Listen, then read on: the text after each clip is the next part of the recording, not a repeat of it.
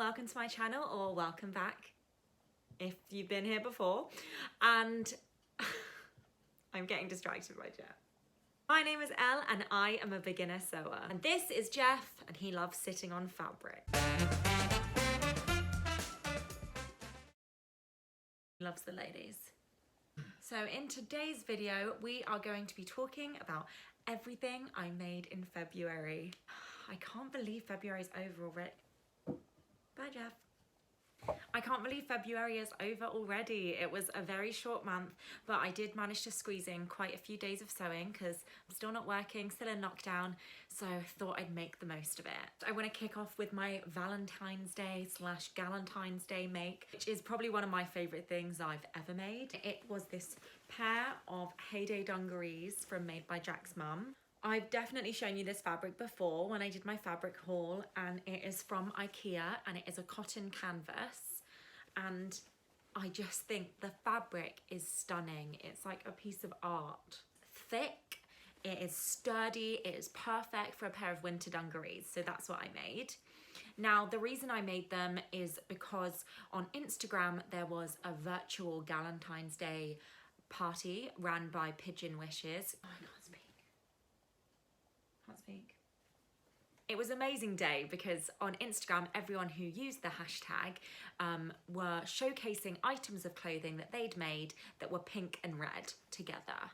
And there were some stunning garments that were being made, and it was so cool just to scroll through the hashtag and see everyone's different pink and red outfits. And I'm a massive fan of pink and red as a colour combo, so it was very visually pleasing to me. I made the dungarees in a size medium and I didn't make any adjustments. Oh, I did make an adjustment. I always forget, I am 5'2", so I took like 4 inches off, 2 inches off the leg and 2 inches off the top.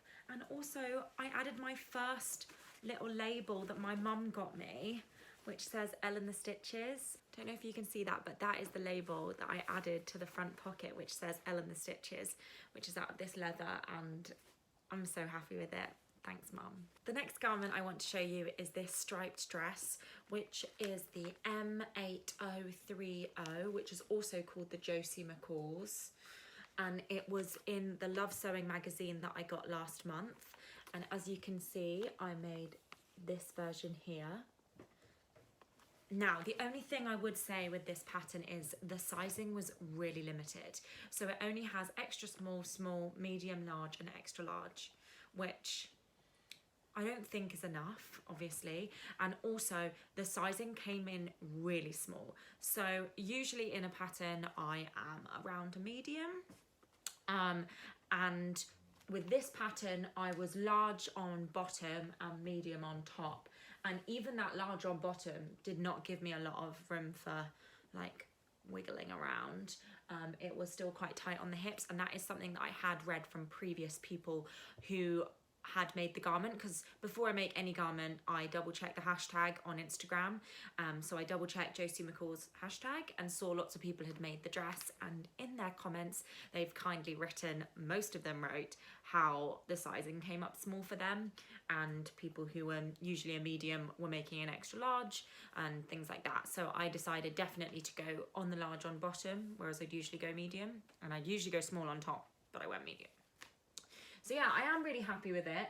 I had never tried doing the different direction stripes, and it works so well on a dress like this.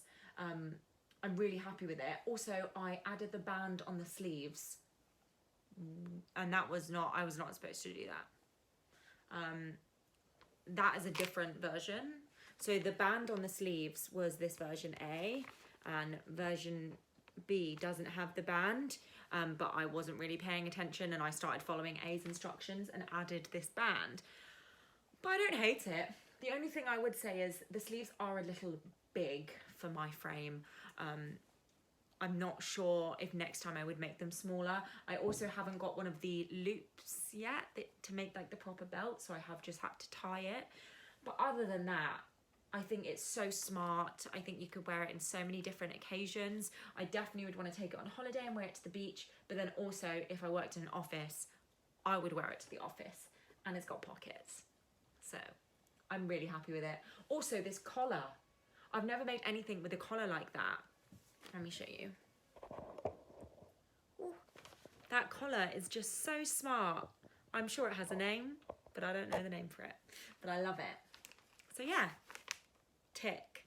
The next items I want to show you are my 2 Tabitha t-shirts that I made this month.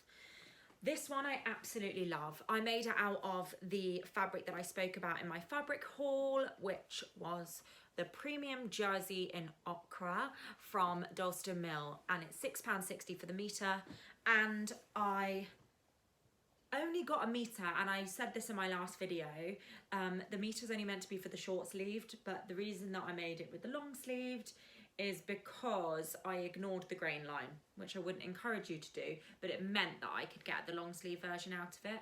And this fabric is so nice. It's nice and thick, it's really soft, it pressed really nicely. I use the contrasting white rib for the neckline, and I think it really makes it pop, and I made it really cropped.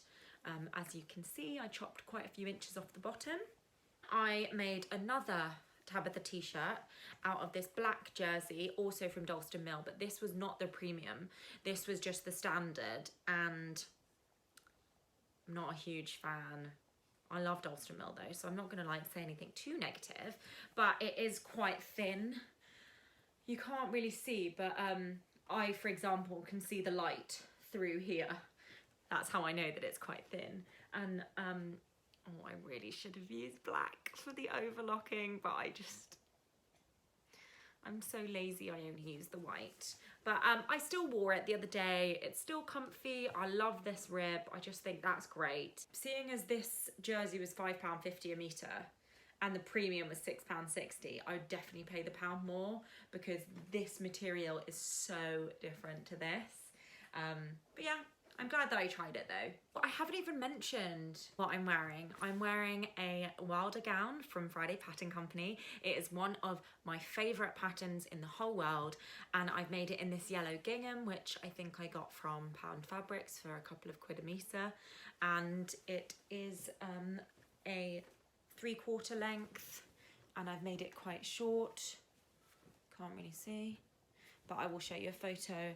I love it, it's super comfy. I actually haven't been feeling that well this week, and it has just been such a comfy dress to wear while I've been feeling a little bit under the weather.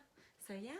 My last 2 makes for this month were not for myself. First of all, I made this dress for my mum because she is like a sparkle queen. She loves anything glittery and glam, and I made her a t-shirt out of this material, and this material I got from Pound Fabrics, and it is a jersey material, and it's like such an interesting texture, and it really catches the light, and she loves that t-shirt. I made it for her for Christmas. She wears it every time I see her on Zoom. She's wearing that t-shirt, so I thought I have fabric left, and I'm sure she'll want a dress to wear to any parties that she has when she comes out of lockdown.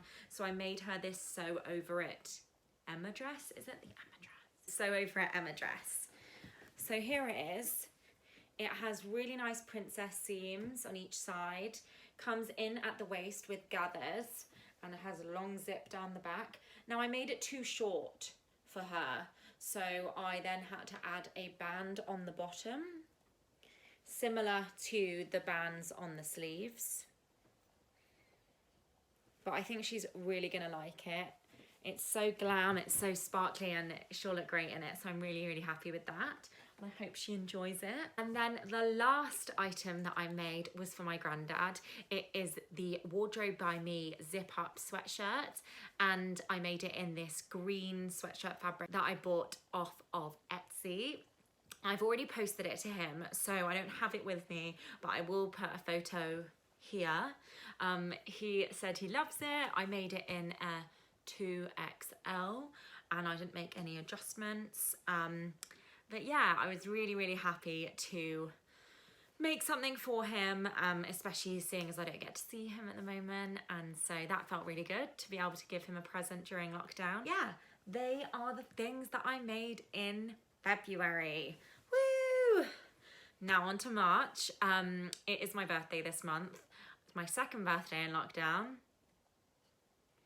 So I'm going to be focusing on making some clothes for myself for my birthday, for the Zooms and walks that I will be going on. So I will let you know how that goes. And next week I'm going to do a video talking about what I'm planning to make for the Frugal Frocks Challenge on Instagram.